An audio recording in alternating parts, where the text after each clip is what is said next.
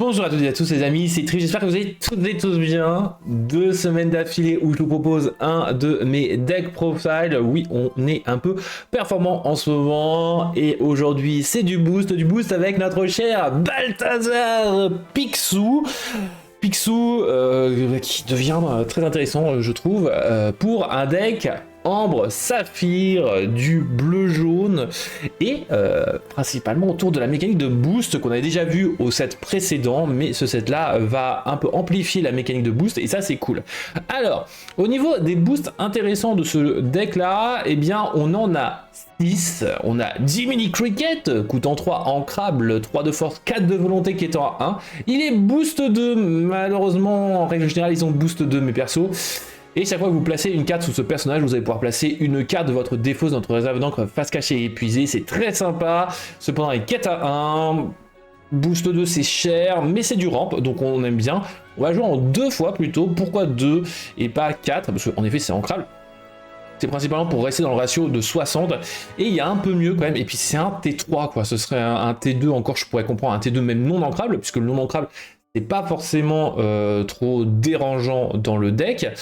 Un petit peu quand même, hein, puisque, hop, comme vous pouvez le voir au-dessus, j'ai 20 cartes non ancrables, c'est quand même énorme dans le deck, mais en vrai c'est pas très grave, parce que vous voyez déjà en amont que en règle générale les non ancrables c'est du starter ou du T3, c'est pas non plus très dérangeant. Donc Jiminy Cricket en x2. Le deuxième et l'un des plus importants, c'est Bambi. Bambi, le fan éthéré, 4 ancrables, 3 de force, 5 de volonté, boost 2 lui aussi qui est en 1.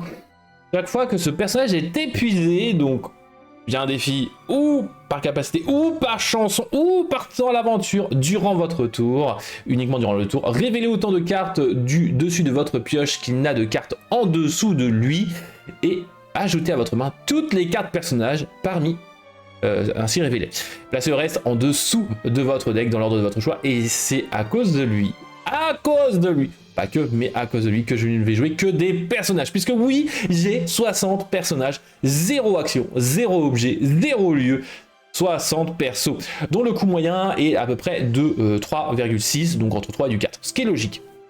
Mais on s'intéressera justement au coût de comment le réduire, et ça, bleu et jaune, pas compliqué. Maman Gourou, Bambi donc x4, j'ai oublié de dire. Maman Gourou, elle va coûter 5, ancrable aussi, let's go, 5 de force, 5 de volonté, quêtant à 2, let's go, boost 2, un peu cher madame.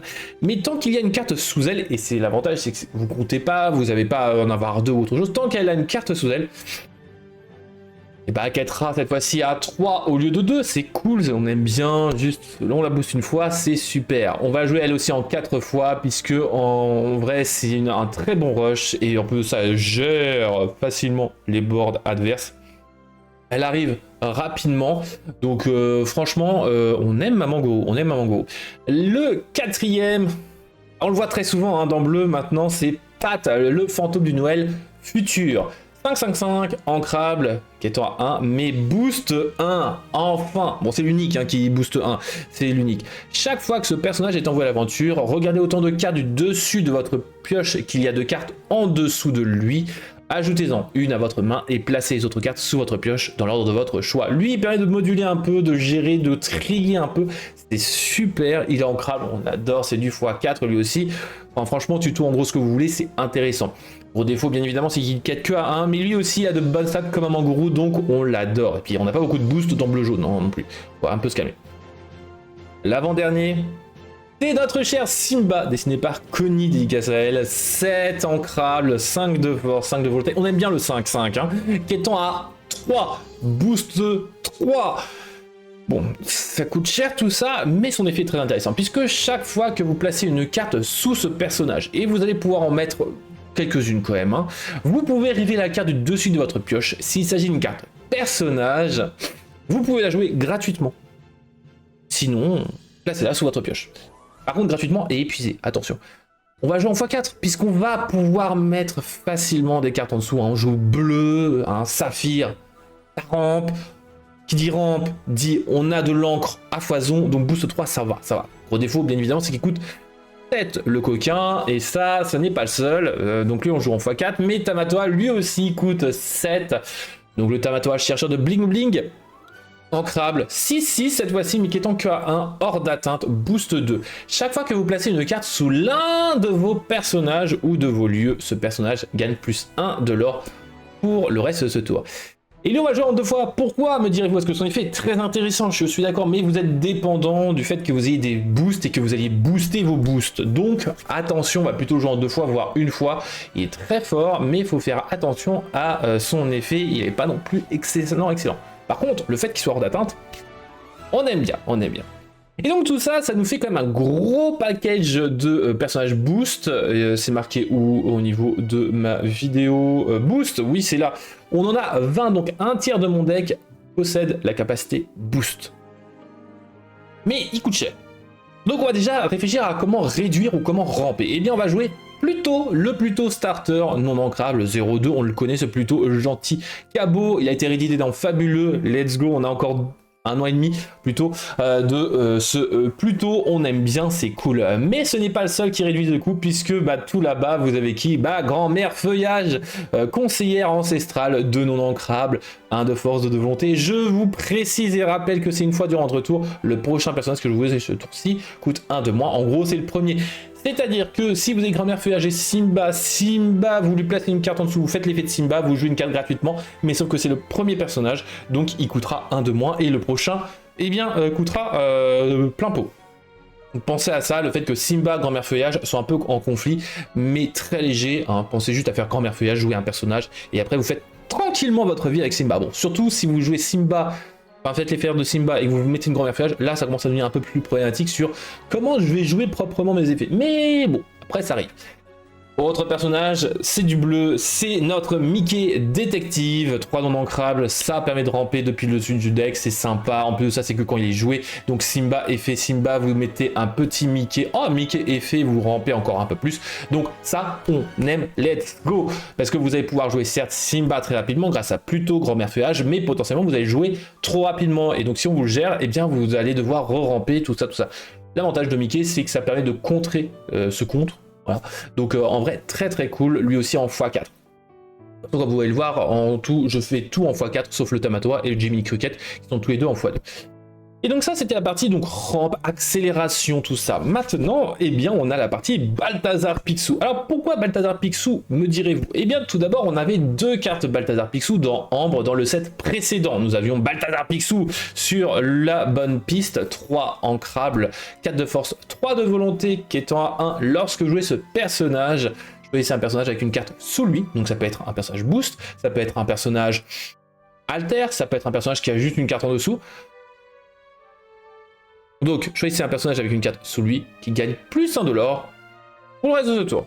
Voilà, c'est simple, efficace. Bonsoir. Au revoir. Très intéressant, on va jouer en x4. Pourquoi? Parce que déjà, son effet est très intéressant.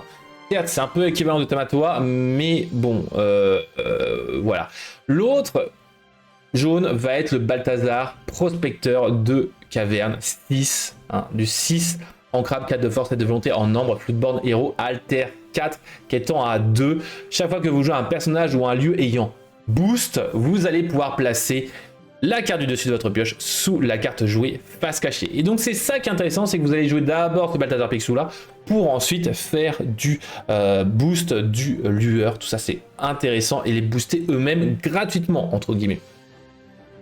Vous avez Balthazar Picsou, vous jouez Simba, oh effet de Balthazar Picsou, vous lui mettez une carte en dessous de Simba et ainsi vous allez faire l'effet Simba, etc., etc. Très intéressant. Cependant, ça c'était dans le set précédent. Maintenant passons sur les Balthazar du nouveau set avec la version Ebenezer Avare, 3 non ancrables, 3 de force, 2 de volonté qui étant à 1. Durant votre tour, chaque fois que vous placez une carte dans votre réserve d'encre, choisissez un personnage qui subit moins 1 de force pour le reste de ce tour. Effet pas très intéressant, mais ce qui est très intéressant, c'est que ce soit un Picsou. Picsou, on aime, puisqu'on va le Floodborn, comme on l'a vu avec le Prospecteur de Caverne. Donc lui aussi, on va jouer en x4, il est non ancrable, c'est un peu dommage, mais un effet assez intéressant quand même pour réduire un peu le coût, on aime bien. Mais surtout, on optimise les Picsou pour la première Floodborn, mais aussi la deuxième Floodborn, le Balthazar Picsou Ebenezer Repenti. 6 lui aussi, 4 de force, 6 de volonté, celui-là, qui étant à 2 lui aussi, Alter 4 lui aussi, et oui, c'est 2 versions de Picsou, mais celui-là a un effet, eh bien, complémentaire, puisque le jaune disait que tant qu'il est là, si vous jouez un boost, vous mettez une carte en dessous. Lui, c'est plutôt lorsque vous jouez ce personnage, vous pouvez placer une carte du dessus de votre pioche face cachée sous chacun de vos autres personnages. Si vous le faites, ces personnages gagnent hors d'atteinte jusqu'au début de votre prochain tour. Ça donne du hors d'atteinte, c'est sympa, mais vous allez booster les boosts qui étaient joués cette fois-ci avant le Picsou. Donc là, ça dépend un peu de votre main, ça dépend du board, etc. Qu'est-ce qui est le plus intéressant, le jaune ou le bleu? C'est ça que j'aime bien dans cette version-là du deck, c'est que eh bien, vous allez pouvoir booster les anciens et les nouveaux boosts facilement lors de la partie. Et surtout, vous placez n'importe quelle carte du dessus de la pioche sous n'importe quel personnage, donc vous allez pouvoir booster Pluto, booster Mickey Mouse, booster Grand-Mère Feuillage, etc. Donc c'est très marrant. Passons maintenant donc eh bien, à l'accélération, mais non par le biais de Picsou, de ces boosts. Et la meilleure des cartes, c'est Petit Gourou. 1 ancrable, 1 de force, 1 de volonté. Storyborn allié lueur, lui aussi c'est une petite lueur, mais cette fois-ci il n'a pas la capacité boost. Étant à 1, vous pouvez l'épuiser, placer ce personnage face cachée sous l'un de vos personnages ou de vos lieux avec boost. Et là c'est gratuit, vous allez pouvoir remettre encore une carte sous Simba, effet Simba, jouer un personnage gratuit, et on a 100% de chance de tomber sur un personnage, donc c'est ça qui est super, c'est ça qui est drôle. On aime Petit Gourou, lui aussi c'est du x4. On a le comparse qui est le Mickey Mouse, Bob Cratchit, Storybound héros, 2 ancrable, 3 de force, 2 de volonté. Étant à 1, chaque fois que ce personnage est envoyé à l'aventure, placez la carte du dessus de votre pioche, face cachée sous lui. En gros, il s'auto-boost. Mais à quoi ça sert, a priori? Eh bien, c'est par son deuxième effet que c'est intéressant, puisque lorsque ce personnage est banni via un défi, vous pouvez placer toutes les cartes qui se trouvaient en dessous de lui sous l'un de vos autres personnages ou de vos lieux. L'avantage, c'est que vous partez une fois l'aventure, vous avez donc une carte en dessous, vous allez pouvoir ainsi, hop, frapper et mettre une carte dessous de Mickey sous Simba. Ou alors, au contraire, vous partez à l'aventure 15 fois, vous tapez avec Mickey et vous mettez 15 cartes en dessous de Bambi. Et là, vous faites de nouveau votre main ou en dessous de Pat, etc. C'est ça qui est bien, c'est ça qui est marrant. Donc en x4, on peut seuil en crabe, donc pourquoi s'en priver? La dernière carte, eh bien c'est un starter puisque je veux avoir quand même mes 12 cartes starter, donc c'est-à-dire mes 3 playsets, et on va avoir notre cher Dawson pour un peu gérer notre dessus de deck, notre top deck en non ancrable. C'est dommage, mais c'est comme ça. En vrai, il est pas mauvais ce petit Dawson, un peu trop sous-estimé à mon avis par certains, mais en vrai, il est très sympa. Et écoutez, vous voyez que quand même au niveau de la force, on a donc 3 de force, à peu près 4 de volonté, c'est pas mal, mais on a un lore très faible, et c'est pour ça qu'on va plutôt spammer le board par l'effet de Simba pour pouvoir eh bien, avoir du lore facilement, puisque bon, dès qu'on a un Simba déjà on va lorer un peu plus, mais malheureusement ça se réduit rapidement par les effets de Pluto, de Grand-Mère Feuillage, etc. qui vont réduire ce lore moyen. D'où le fait qu'en règle générale, vous n'avez pas loré avec ces personnages-là. Mais bon, des fois, on ne sait jamais. Hein. Il vous manque un de lore, hop, bah, je pars à l'aventure avec Grand-Mère Feuillage. Au bout d'un moment, on est là pour gagner ou pour... et pas pour causer plutôt. Donc voilà, j'espère que ce deck vous aura un peu intrigué, intéressé.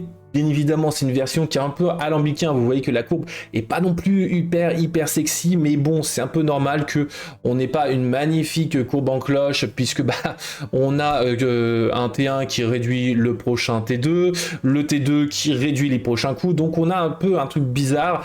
C'est pas très dérangeant, même si en vrai des fois les cartes comme ça sont un peu alambiquées au niveau de la main, il va falloir un peu plus réfléchir, mais en vrai c'est ça qu'on kiffe dans les TCG, c'est eh bien qu'est-ce qu'on va jouer, dans quel moment, qu'est-ce qu'on va garder, et c'est ça la beauté de l'Orcana. Attention aux non ancrables, on se dit à la prochaine dans ce cas les amis, prenez soin de vos proches, bonne journée, bonne Lorca Week, à la prochaine, ciao ciao.